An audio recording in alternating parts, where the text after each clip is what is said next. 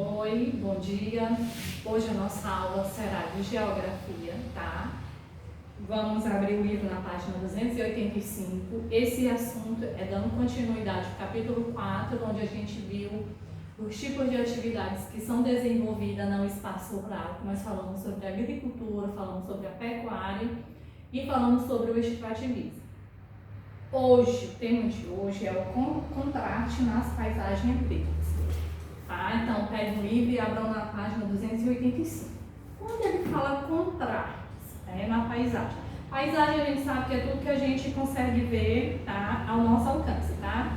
Agrícolas tem a ver com a questão da agricultura, o tipo de atividade que é feito com o solo. E contrastes, ele está querendo falar para a gente as diferenças, tá? Então, nós vamos ver aqui as diferenças que existem nesse espaço.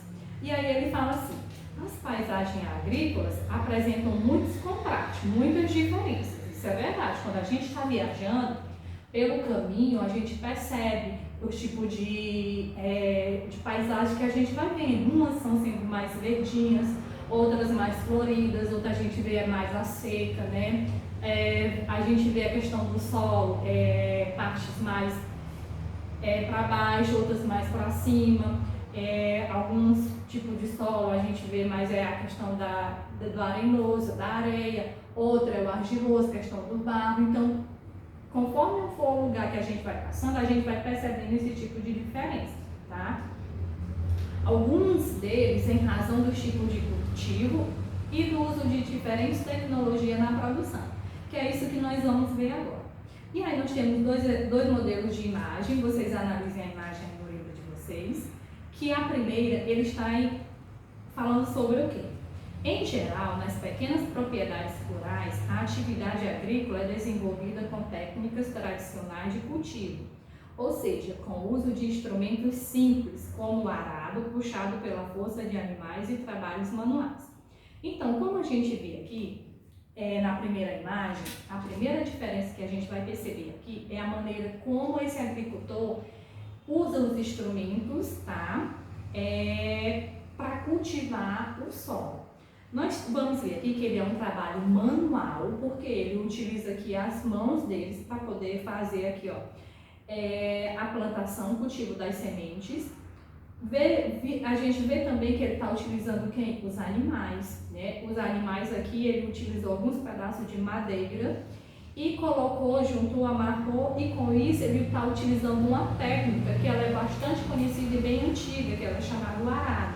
Os animais vão na frente, ó, caminhando, pisando, né, no solo, e atrás dele tem aqueles pedaços de madeira ali que o animal está puxando ele, e aqui atrás ele vai perfurando e vai jogando as sementinhas para ir botando dentro do solo. Tá? Isso aqui é uma maneira que o homem criou, tá? Para facilitar, ajudar no trabalho manual do dia a dia deles. E aí a gente vê também que percebe a simplicidade, mas a gente percebe também o uso da criatividade dele, né? Que o homem utilizou para facilitar, ajudar no trabalho dele na questão da agricultura. É um trabalho lento? Gente, é mais lento, demora mais dias, mas também ajuda, tá? É mais pesado, é mais simples, né? É mais cansativo, ele vai gastar mais a energia dele, a força dele, tá? Mas é uma técnica que eles encontraram há muitos anos atrás para ajudar no trabalho que eles realizam, né, nas propriedades rurais. Já a outra aqui de baixo, que tem a máquina, ele fala assim, só nessa parte verdinha ele diz assim: agricultor utiliza o arado, puxado com força de animais no preparo do solo para o plantio na China. Mas vale ressaltar que esse tipo de trabalho aqui não é só realizado na China.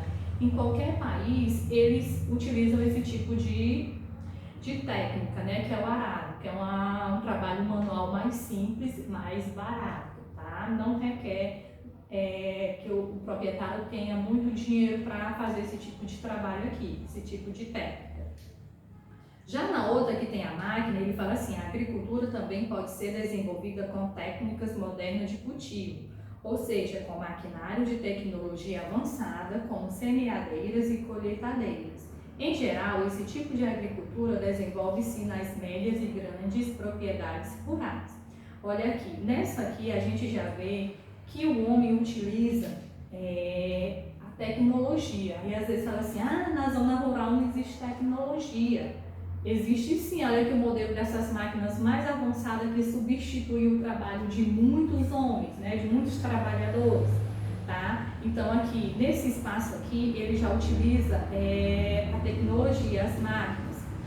Mas esse tipo de maquinário aqui, ele só é utilizado nas grandes e médias, né, nas médias e grandes propriedades, né? Porque o trabalho é maior, então se tem mais trabalho, mas também se lucra mais, tá? E aí ele fala assim que essa máquina aqui, ela ao mesmo tempo ela vai semeando, ela vai jogando as sementes e ao mesmo tempo ela faz o serviço da colheita, né? De coletar o que foi produzido. E aqui a gente sabe que esse tipo de máquina é mais cara, né? Para aqueles proprietários mesmo que têm mais condições, né, de comprar. Eles lucram mais, produzem mais, mas também lucram mais. E aí ele fala assim, colheita mecanizada de soja no Mato Grosso do Sul. É onde geralmente nessas regiões onde tem as maiores propriedades, tá? E aí ele fala assim, você já observou algumas das técnicas de cultivo retratadas nas fotografias dessa página no espaço rural do município onde você mora? Em caso afirmativo, comente com seus colegas.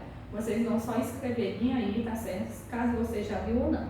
Mas eu sei que aqui pra gente, a gente não vê muito essa questão de máquinas do arado. Porque tem trabalhador que eles utilizam também a enxada, a pá, a foice, o facão, para trabalhar nas propriedades deles, tá? Então é outro tipo de equipamentos que eles utilizam.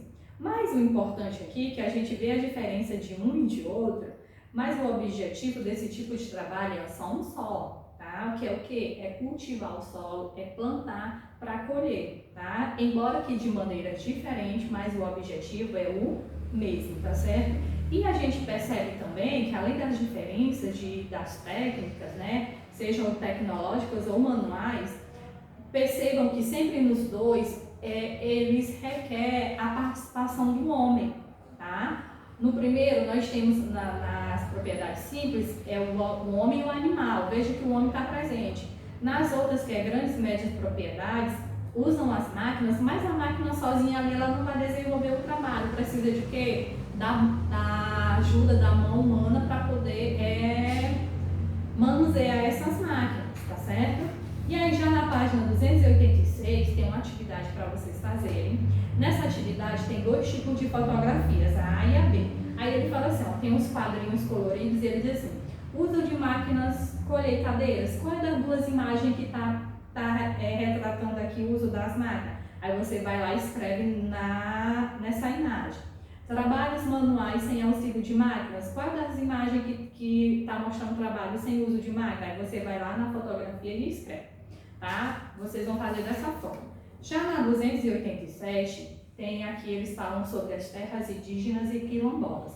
Que isso aqui a gente viu lá em História, quando ele falou sobre a ocupação do território brasileiro, que a gente viu a participação dos indígenas e a participação dos escravos, né, dos africanos, que depois eles formaram as comunidades quilombolas. Os indígenas e os quilombolas também, eles trabalham com esse tipo de agricultura, tá certo? Lá nas aldeias deles, nas comunidades quilombolas deles, eles desenvolvem esse tipo de atividade. Dos indígenas, a gente percebe ali, tá? As mulheres todas trabalhando, tá? E com pequenas partes, pequenas propriedades. Mas qual é o objetivo desse tipo de trabalho deles? Mas é para plantar, colher para a alimentação deles, fabricar a própria medicação deles, para viver, ter a vida tranquila deles, cultivar a história deles, manter a história deles sempre viva. Porque aí a gente sabe que essa história se mantém viva porque ela vai passando de geração para geração.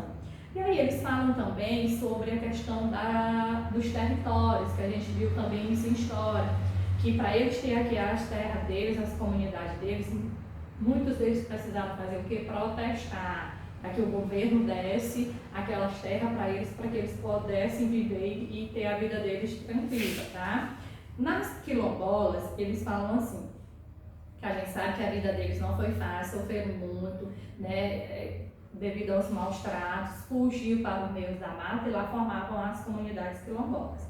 Só que aqui nos quilombolas eles falam que todos os integrantes daquela comunidade, eles trabalham juntos, tá? Conforme o que é produzido, eles fazem a divisão do que eles colheram e o que sobrou, eles vão para a cidade e vão vender, para eles também terem um lucro e desse lucro eles poderem comprar outros utensílios que eles precisam para sobreviver, tá? Lá nas comunidades quilombolas deles, tá? Então, os indígenas eles não precisam vender, mas os quilombolas, eles já o que sobra depois da repartição que eles fazem a venda dos produtos que eles conseguiram produzir e colher. Na página 288 tem uma atividade que vocês vão precisar acessar esse site, vem aí Povos Indígenas no Brasil Mirim. Para depois vocês responder a letra A e a B, mas primeiro vocês têm que acessar esse site e ver o que ele está dizendo. Já na segunda questão, ele vai ser uma resposta pessoal, tá? Uma resposta pessoal de acordo com o que você já conhece sobre o seu entendimento. Então, aqui que ele vai estar perguntando sobre as diferentes culturas no Brasil. Nós sabemos que no Brasil não existe só um tipo de cultura. Nós mesmos, praticamos vários tipos de cultura, seja dos portugueses, seja dos indígenas, seja dos quilombolas. E aí ele quer saber o que você acha da importância de valorizar essa cultura. Será que é importante? Será que não é? Para que ela serve para a gente, né? Então, isso aqui vai ser uma resposta pessoal de vocês. Então, eu espero que vocês tenham percebido que essas diferenças que existem nas paisagens agrícolas, tá? Umas são mais simples e outras são mais, digamos, mais modernas. Sempre existiu isso e sempre isso vai existir. Por quê? Porque nessas propriedades mais simples, elas estão mais relacionadas com a agricultura familiar, que é os parentes, a família que trabalha, né? Então, de uma certa forma, é uma propriedade mais pequena, é um trabalho mais simples. E na outra, a gente vai ver sempre por aí, que passa no jornal, nas propagandas, as propriedades, as grandes propriedades, né? Que pessoas que têm mais condições. Então, sempre vai existir essas diferenças de paisagem no nosso dia a dia, tá bom? Então, espero que vocês tenham entendido essa questão. Do mais, façam aí as tarefas, tá certo? E qualquer coisa, questão de dúvida, mas eu sei que vocês não vão ter dúvida, tá? Vocês são espertos demais. Só perguntar a tia, tá bom? Tchau!